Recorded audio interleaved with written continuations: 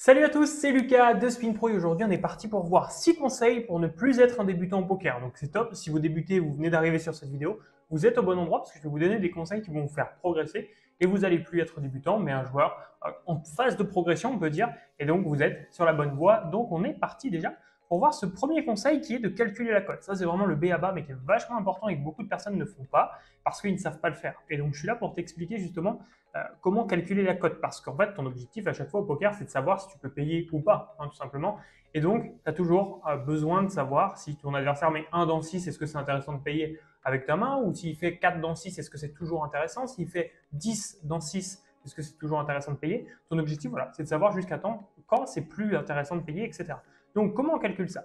Et bien simplement, c'est ce que tu dois mettre, ok, divisé par ce que tu peux gagner. Alors, ça peut faire peur, mais les calculs sont simples, tu vas voir. Par exemple, dans le pot, il y a 5 bébés, ok. Ton adversaire mise 5. Donc toi, tu dois call 5, évidemment, si tu veux pouvoir voir une river ou pouvoir justement showdown tes cartes, hein, évidemment. Donc tu dois mettre 5 pour gagner les 5 de ton adversaire plus les 5 du pot. Donc on est à 5 plus 5 plus 5, 15. Ok. Donc tu dois mettre 5 pour gagner les 15 qu'on vient de calculer. Donc 5 divisé par 15, comme tu le vois sur la dernière ligne, égale 0,33. Donc ça veut dire qu'il te faut 33% d'équité pour pouvoir call. Si tu estimes que tu as 33% de chance de gagner le coup, tu peux call, tout simplement. C'est aussi simple que ça. Donc si tu as la river et que la river est déjà tombée, bah, ça veut dire qu'il faut que tu gagnes le coup 33% du temps pour que ça soit rentable de call. Et si par exemple tu es à la turn, ça veut dire qu'il te faut encore 33% d'équité pour pouvoir gagner le coup, tout simplement. C'est aussi simple que ça. Et donc ça, c'est vraiment un conseil très important. Donc entraînez-vous, évidemment, et puis mettez ça en place dans votre jeu, vous allez voir, ça va évidemment commencer à vous faire progresser et vous faire avoir les bons raisonnements. Je ne vous dis pas que vous allez être pro parce que vous mettez ça dans votre jeu, mais vous allez commencer à avoir les bons raisonnements et c'est ce qu'on recherche évidemment quand on joue. Ensuite, jamais s'arrêter d'apprendre. Ça, c'est vraiment super important. Aucun bon joueur pense tout connaître. Ça, c'est logique. Au poker, quand vous débutez, vous pensez que c'est assez simple, hein, souvent. C'est normal. Hein, on a l'impression que c'est qu'un jeu de cartes, entre guillemets. On a juste à miser, ou à se coucher, ou à miser un peu plus cher, ou à raise. Mais c'est que des choses assez simples, en fait. Hein, sur le papier, on a l'impression, bon, bah, ok, j'ai 7 et 2, il faut que je fold. J'ai les as, il faut que je relance. Que des trucs assez basiques. Sauf qu'en l'occurrence, évidemment, c'est bien plus compliqué que ça. Il y a toujours des choses à apprendre. Même moi, j'ai encore des choses à apprendre. Tout le monde. Vraiment, il n'y a que les joueurs récréatifs qui pensent que bah, le jeu est terminé, c'est bon, ils connaissent tout, ou du moins, ils n'ont quasiment rien à changer et ça suffira. Non, il y a toujours besoin de bosser. Par exemple, là, je te l'ai noté, même un joueur comme moi en 50 euros révise ses ranges, revoit ses cours, travaille avec son coach, et c'est obligatoire. Juste sinon, comment je pourrais me dire, bon, j'arrête, parce que j'ai quand même un bon niveau, et je stagnerai, puis je régresserai d'ici 1 an, 2 ans, je commencerai à régresser. Déjà, ce n'est pas mon objectif. Mais en plus de ça, bah, j'ai envie de continuer ma progression. Et si je veux continuer ma progression, c'est pas juste en me reposant sur mes acquis que ça va fonctionner. C'est comme partout. Plus tu travailles, plus tu as de résultats. Et donc, c'est vraiment super intéressant. Et donc, essaye d'avoir une mentalité qui privilégie le travail au gain. Regarde cette petite phrase qui est super importante et vraiment, je la trouve vraiment pertinente. Pour continuer de progresser encore et toujours, nous devons sans cesse apprendre, investir, agir. Apprendre, ben, bosser son jeu constamment, investir, que ce soit de l'argent dans ta progression, mais surtout du temps. Parce que investir, on parle tout le temps d'argent, mais c'est vrai qu'il y a aussi le temps qui est super, super important. Investir, ben, 1 heure par jour, 2 heures par jour, plus tu investiras de temps, plus tu auras de résultats. Et agir, ben, c'est juste bosser, apprendre, travailler, jouer. Et ça, c'est super important. Et donc, il faut évidemment agir. Et donc, si tu mets tout ça en place, évidemment, tu vas progresser encore et toujours. C'est vraiment important. Ensuite, savoir s'arrêter. Ça, c'est un truc que beaucoup de personnes ne font pas et presque c'est l'inverse.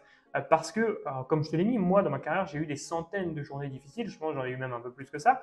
Mais il faut être prêt à arrêter ta session à la seconde où tu n'es plus à 100% mentalement. Franchement, bah, sinon, tu vas juste perdre des dizaines et des dizaines de buy-in. Encore une fois, je le dis et je l'ai déjà répété en coaching il y a quelques heures au moment où je tourne cette vidéo-là.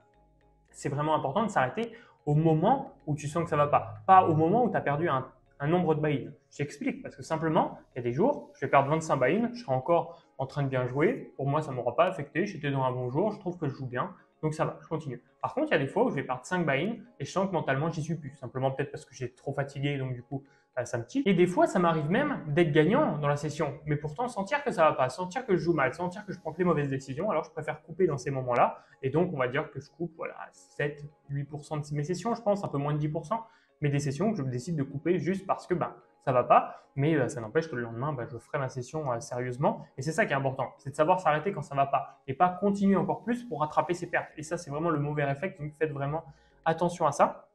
Et donc, profitez-en pour travailler votre jeu. C'est le moment ou jamais. Justement, les jours où, bah, où vous avez du temps à consacrer au poker, mais vous n'allez pas grind parce que ça se passe mal, prenez du temps pour progresser, puis grind justement le lendemain encore plus avec un meilleur niveau, ce qui rattrapera ce que vous n'avez pas joué avec le temps. Vu que votre niveau est de plus en plus haut, vous gagnez de plus en plus, donc c'est pas si grave d'avoir raté une session si les prochaines sessions, vous allez gagner de plus en plus. Voilà, ça c'est super important.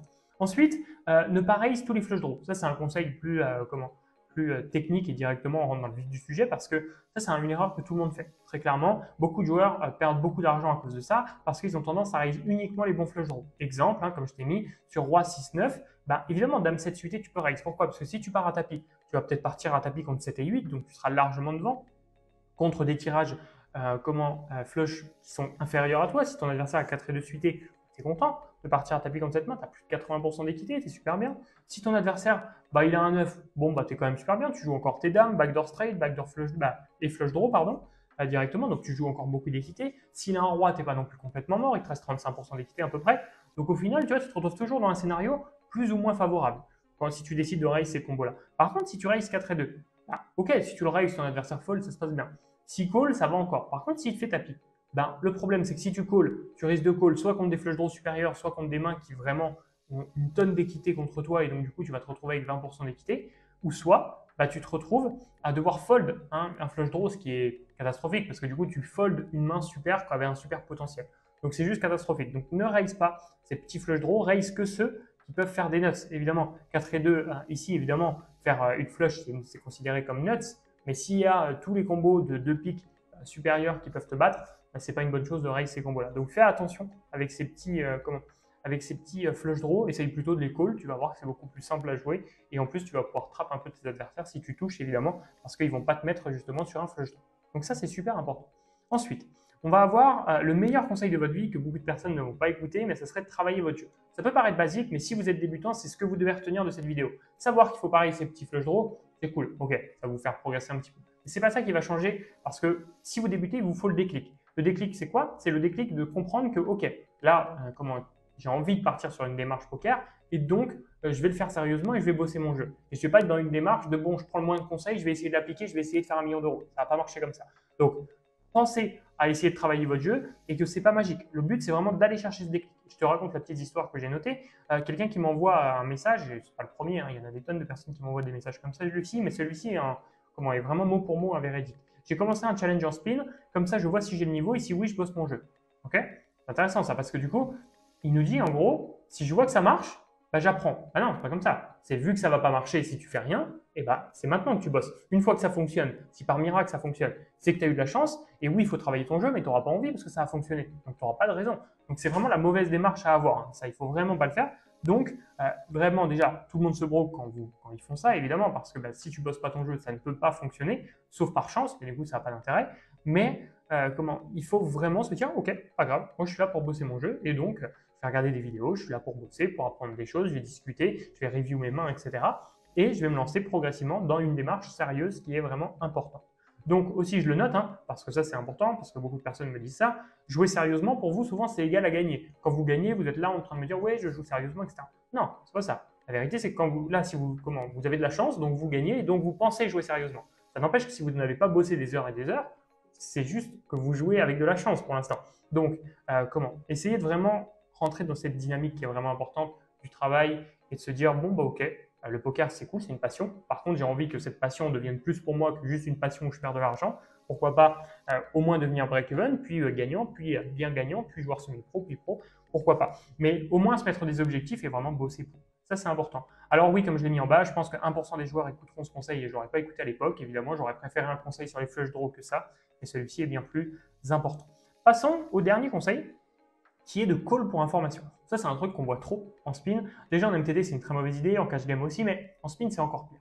Pourquoi? Parce que beaucoup de personnes, au lieu de réfléchir à une cote ou savoir s'ils peuvent, call ou pas, comme on l'a calculé tout au début, ils disent « Ah non, mais je vais call, je sais que je ne gagne pas souvent, mais c'est pas grave. Mon objectif, c'est de savoir ce qu'il avait, mon adversaire, comme ça, je pourrais l'utiliser plus tard. » Et bien en fait, ce n'est pas possible. Pourquoi? Parce que les informations, vous les avez déjà, si vous savez. Si vous êtes formé, si vous avez toutes les infos, vous connaissez en fait ce que font vos adversaires en général. Et donc, vous êtes prêt à savoir à peu près ce qu'il a globalement, votre adversaire. Donc, vous n'avez pas besoin d'une main en plus pour le savoir. Si vous essayez de voir sa main par curiosité, entre guillemets, c'est plus de la curiosité, pour choper une info, ça veut dire qu'en fait, vous n'avez pas les infos et vous ne savez pas ce que vous faites. Vous ne savez pas quel type de main il peut avoir dans le spot précis, etc. C'est que vous n'avez pas assez bossé, tout simplement. Donc, comme je l'ai mis, il suffit d'avoir travaillé son jeu et c'est comme ça qu'on obtient des informations.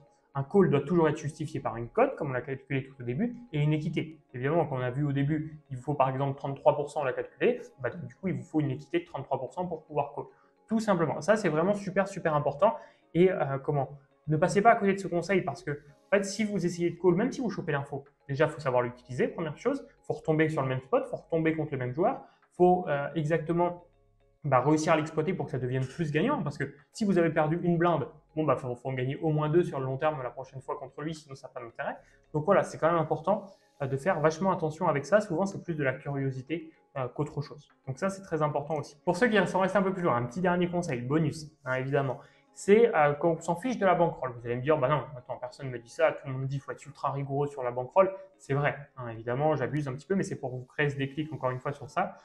90 à 95% des joueurs qui perdent plus de 100 buy-in, c'est à cause du tilt. Ok, c'est pas à cause du run. Souvent, en fait, le run leur fait perdre 10 buy-in, 15 buy-in, et après, ils tiltent complètement et ils perdent tout. Donc là, dans ce cas-là, en réalité, avoir 100 buy-in, en avoir 200 ou 5000, ça va rien changer. Vous allez juste perdre plus d'argent parce que plus vous avez de buy-in. Donc vraiment, essayez de focus déjà votre discipline, votre mental pour être prêt déjà à tenir mentalement quand il y aura un bad run de 20 buy-in, 30 buy-in, 40 buy-in, 50 buy-in. Ça, c'est super important. Ok, ça, c'est la première chose. Et deuxième chose, bon, ok, il faut une bankroll. Mais la bankroll, qu'elle soit de 100 buy-in, 200 ou 300, c'est pas ça qui va changer grand-chose. Essayez d'avoir un bon niveau, comme ça vous avez besoin de moins de bankroll. Déjà, ça c'est important à prendre en compte aussi. Mais surtout, essayez de ne pas tilter, de jouer toujours votre meilleur jeu. Et vous allez voir que la plupart du temps, si vous perdez toute votre bankroll, c'est parce que vous avez tilté ou vous n'avez pas le niveau. Ça, c'est vraiment important. Et donc, pour ceux qui veulent progresser, ça se passe sur spinpro.fr, complètement gratuitement, pour tous ceux justement qui ont envie de partir dans une démarche de travail et de progresser en spin. Sur spinpro.fr, vous allez avoir les informations dont vous avez besoin pour débuter et pour pouvoir aller plus loin et passer d'un joueur justement qui commence sa progression à un joueur qui a bien entamé sa progression justement et qui veut aller plus loin avec un plan d'action pour faire 500 à 2000 € par mois. Je vous laisse aller checker tout ça. De mon côté, je vous remercie d'avoir suivi cette vidéo. J'espère qu'elle vous a plu, qu'elle vous a appris des choses et qu'elle a créé un déclic chez vous. Si c'est le cas, n'hésitez pas à mettre un like et vous abonner. Et je vous dis à plus dans une nouvelle vidéo. C'était Lucas. Ciao.